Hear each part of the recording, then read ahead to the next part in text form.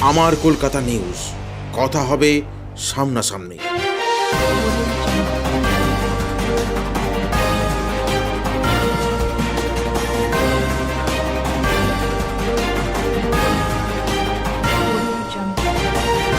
দুর্গাপুর হাইওয়ের NH2 এর ওপর দিয়ে বেআইনিভাবে বালি বোঝাই ট্রাকের ওপর নজরদারি করার সময় আটক করা হলো 9টি বালি ভর্তি ট্রাক। এদিন ট্রাকগুলি আটক করল হুগলির গ্রামীণ পুলিশের গুরাপ থানার পুলিশ।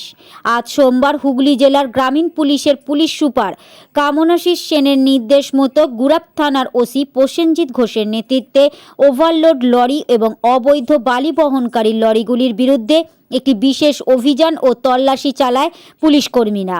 এই তল্লাশির সময় পুলিশ কর্মীরা মোট 9টি ট্রাক আটক করে। বর্ধমানের দিক থেকে আসা বালির ট্রাকগুলি বৈধ কাগজপত্র না থাকার জন্য আটক করা হয়। হুগলির গুরাপ থানা 9টি অবৈধ বালি বোঝাই লরি সহ ড্রাইভার ও খালাসিকে আটক করে এবং পরে তাদের নির্দিষ্ট ধারায় গ্রেপ্তার করে চুঁচুড়া আদালতে পাঠানো হয়। আমার কলকাতা নিউজ, কথা হবে সামনাসামনি।